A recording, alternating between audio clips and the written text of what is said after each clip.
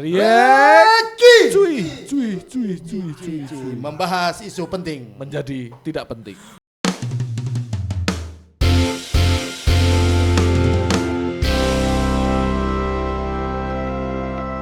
Oke, kita kembali lagi di segmen Riek Cuy ya. Kita ada beberapa Segmen. berita. Seks, jenis kelamin, men laki-laki.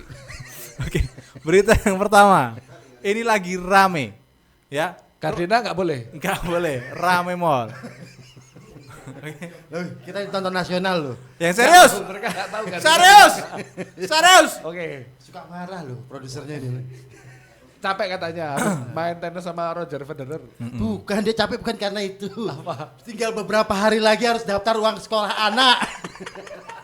Itu juga sih. Oke, reschedule. Peramal India kembali prediksi kiamat yang diundur jadi 10 Kan kasihan Agustus. malaikatnya ya, udah siap-siap loh. Wes toto-toto kan. Jadi peramal India ini tadinya memprediksi kiamat akan terjadi 29 Juni. Juni 2024. Terus sekarang beliau menstatementkan lagi di reschedule. Telat, bener banget, telat. Dapat roti udah nggak? memprediksi, reschedule. Namanya juga prediksi. Kan biasanya mereka motoran, naik motor. Cek. Masuk. Situ pegang monitor loh. Masuk, aku dengerin sebelah sini. Ternyata gedang telinganya Simba itu di hidung. Ayo diriak. Malah krik-krik loh. Jangan krik-krik. Enggak, aku sih memang gak suka ya.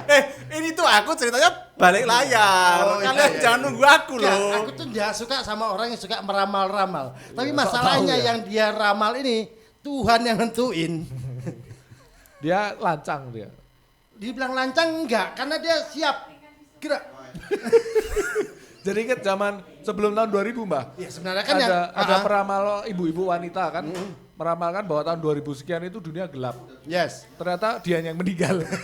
Dunianya sih masih terus. Nanti gelap buat dia sendiri. Ya bisa jadi ini juga sama. Kayaknya dia menentukan tanggal matinya dia deh. Karena kan setelah mempublish hasil ramalannya yang dia ralat Ya, terus dia bunuh diri. malu bro, viral. Mungkin tau begitu gak? dia ngelontarkan ramalan, ada yang banding gitu kan. Jadi balik dia. Jadi tanggal 29 harusnya kiamat, ada yang ya banding. Ya mulia saya keberatan tanggal 29, alasannya ini. Yaudah diundur. Iya. Oke. Karena malaikat sedang cuti bersama. Nah, jadi nggak siap. Malaikat baru persiapan masuk tahun ajaran baru. Bingung cari dana masukin anak-anaknya. Oke, berita yang kedua ya.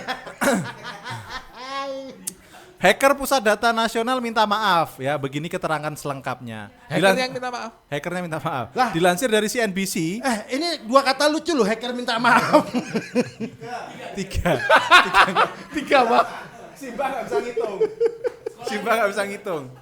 Ya, Enggak, yang bagian maafnya nggak lucu. bentar aku bacain dulu beritanya Oh, iya, ya. iya, iya, iya. Dilansir CNBC yang merupakan pelaku brand Chipper yang merupakan pelaku penyerangan ransomware ke Pusat Data Nasional berjanji akan membebaskan seluruh data yang disekap secara gratis. Dalam keterangan yang diduga dibuat oleh geng hacker tersebut, data PDNS2 dikatakan akan dilepas pada Rabu 2 Juli. Aku tahu penyebabnya bos. Itu kenapa dia akhirnya merelakan untuk tidak minta tebusan. Ternyata ada datanya mbahnya di situ kan. Bukan. Dia tadinya minta tebusan cuman 50 juta. Tetapi waktu bernegosiasi sama pemilik datanya, dalam hal ini kementerian, tapi boleh mas, tapi invoice-nya dibikin 1,3 ya. Dia nggak mau dukung korupsi. Anjing. Udah dia mau meras, hasil merasnya masih dikorupsi lagi ya. Itu penyebabnya. Dia diminta invoice yang lebih dari angka yang dia minta. Sementara pimpinan kantor tempat dia kerja tidak menerima, sedang hijrah. Nggak boleh ada korupsi. Ya, kalau katanya- ngancem aja tapi nggak pakai korupsi. Gitu. Makanya sejak saat itu dia memutuskan pensiun jadi hacker, mau jadi pejabat aja katanya. Daripada susah-susah Ya, udah gua jadi hacker dosa, nyusahin orang dosa, masih terima hasil korupsi lagi. Potongannya gedean dia lagi. Nah. Lah, nggak usah jadi hacker. Enggak, tapi gini, akhirnya itu hackernya itu bernegosiasi. Ya kan? Dia bernegosiasi, gini aja, kamu tak jadiin kepala bidang di kementerian ini. Staf sus. Ya, nanti kamu ajukan ke pemerintah, minta anggaran lebih untuk perlindungan data. Tapi omong ya memang giginya bahaya. Asu. Agak mengganggu sih tadi ngobrol-ngobrol. Apa yang kurang ya? Tapi ngomong-ngomong mengenai pembobolan data ini, itu kalau nggak salah kemarin aku baca berita, nggak tahu benar apa nggak. Nanti kalau ada yang baca berita juga yang serupa ya. Nggak Itu pernah sih kita baca berita. Menkominfo itu waktu di rapat dewan itu malah alhamdulillah katanya dibobol. Betul nggak? Ya, karena dia merasa bahwa kayaknya baru kali ini tahu kalau ada kelemahannya. Kemarin dia nggak tahu. Atau mungkin alhamdulillah dibobol berarti kan dia punya pusat data gitu. Ya. Kalau dia nggak punya pusat data nggak mungkin dibobol. Alhamdulillah masih punya pusat data. Nah, yang jadi menurutku paling menarik adalah ketika di sisi lain beliau menyatakan bahwa meminta masyarakat untuk Tawakal. bukan tawakal, Bukan.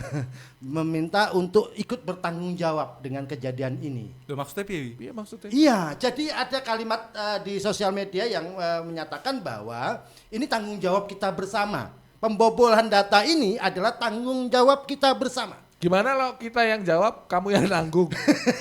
Lah tugasmu apa, Cok? Kok aku pakai misu, nggak boleh. Nggak apa-apa. Oke, lanjut ke selanjutnya. Ini menarik nih, ini menarik banget. Ya, BKKBN minta satu pasangan di Indonesia punya satu anak perempuan. Maksudnya BKKBN ini pengen lebih tinggi daripada Tuhan kayaknya. Sok ngatur gitu. Kita mau reaksi apa? Dia udah ngasih reaksi duluan. Aku mau bilang begitu tadi. Nggak, harusnya BKKBN juga ngeluarin tips dan trik kalau mau anak cewek itu posisi Nah, ceweknya di kebetulan atas. BKKBN ini mantan Bupati Hah, kok mantan Kulon Progo. Oh, apa Apa? sih? Iya dong, yang Nggak tahu aku. Dr. Hasto. Yes. Bukan. Saya tua tahu informasi kok. Bukan Sri Purnomo. Hah? Kok Sri Purnomo toh? Sri Purnomo ki selamat. Itu Sleman. Ini kemana aku marah ya. Kan mereka cuma bisa di Sungai Progo. Ya, Sleman sama Kulon jadi Progo. Pak Hasto, Dr. Hasto yang terkenal ahli Segalanya. dokter ahli kandungan. Oke. Ya dijadikan BKKBN dan kepala dinas Lingkungan hidup. Koperasi dan UMKM Jogja menjadi penjabat penggantinya sementara. Dan Dokter Hastonya kemana? Ke BKKBN. Oh, melahirkan di sana.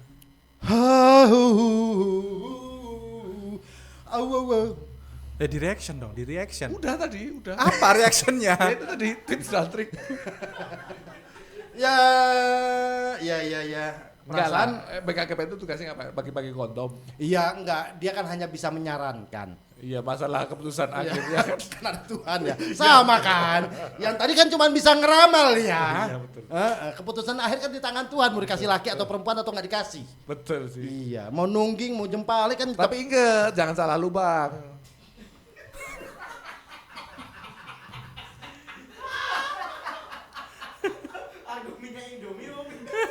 Kalau salah lubang gak bakal keluar.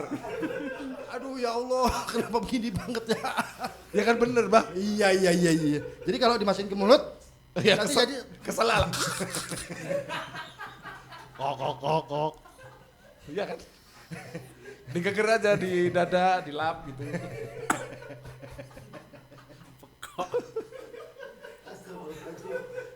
nyawaku cepet pendek ini kayaknya. Gak apa-apa, Bang. Udah kepake lebih dari setengah ini. Udah kepake banyak. Iya. Jangan terlalu banyak ketawa. Tapi sorry, mungkin sorry. BKKBN ngeluarin itu karena mungkin jengah ya. karena masyarakat- kondisi hari ini itu jumlah perempuannya lebih. Padahal jumlah Iya, perempuannya juga lebih makanya. banyak ya. Biar manusia Kenapa cepet- dia minta perempuan? biar manusia cepat punah kan cewek semua nggak ada yang membuahi. Iya. Masa dibuainya lewat angin? Emangnya rambutan? Lah, aku jadi ingat dulu ada Pak orang dari Menteri Kesehatan atau siapa gitu yang katanya bahwa bisa berenang, bisa membuat perempuan hamil. Bisa, kayak di film-film lu berenang hamil gini, kan hamil juga jadinya. Judulnya full apa gitu. Iya, karena kalau ada cowok yang orgasme di kolam renang, itu bisa jalan kemana-mana dan bisa bikin perempuan hamil. Berarti itu bentuk spermanya bukan kecil-kecil gitu tuh. Jadi Ular laut dia. Lincah. Apa sperma kecil itu? Ular laut. boleh nggak ke masalah berikutnya, boleh nggak sih? Jadi tuh ini masalahnya karena total fertility rate secara nasional ini cuma berada di 2,1 atau angka kelahirannya. Vertisilit loh di bawah. Itu salah lubang itu tadi, Bang. Mentang-mentang kita baru bahas salah lubang, dia langsung bilang vertisilit. Oke, sekarang isu yang terakhir, berita yang terakhir. Ini harus lucu dan panjang. Wah, Bahasnya 30 menit. 3 hari ya, 3 hari. Oke, yang terakhir, ini dari CNBC lagi. Roket Cina terbang tak sengaja lalu tabrak gunung katanya gitu. Tianbing Aerospace Technology, perusahaan Cina yang disebut sebagai kembaran SpaceX, tak sengaja meluncurkan roket sehingga menabrak gunung. Enggak. Itu pasti sebenarnya sopir roketnya udah lama dendam sama gunung. Wes tak incer dhisik kayak gunung. Gunungnya main ngasu. Enggak mungkin kalau nggak aku sengaja. gini loh, aku cuma bisa ngebayangin nyalain roket tuh kayak buang puntung rokok gitu.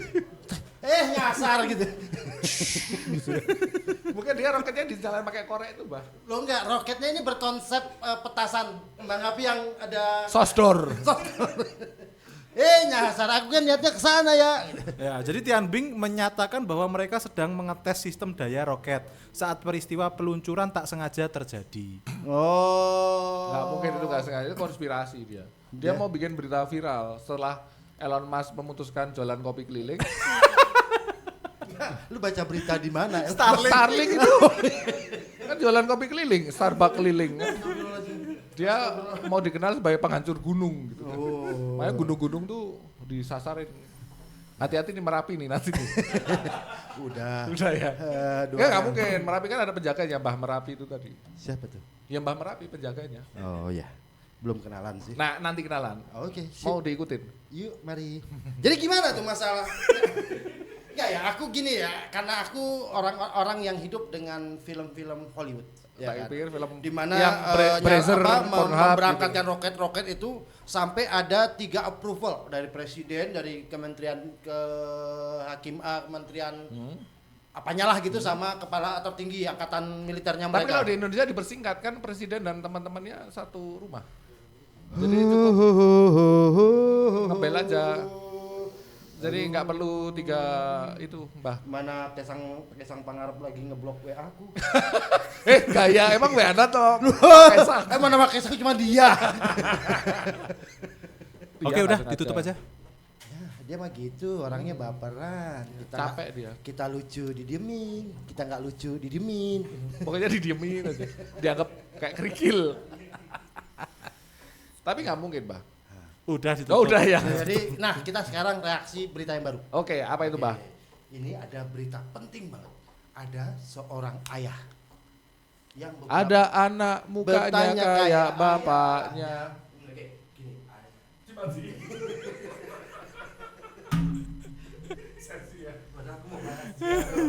Oke, nanti kita kembali lagi di segmen reaction selanjutnya. Bye bye.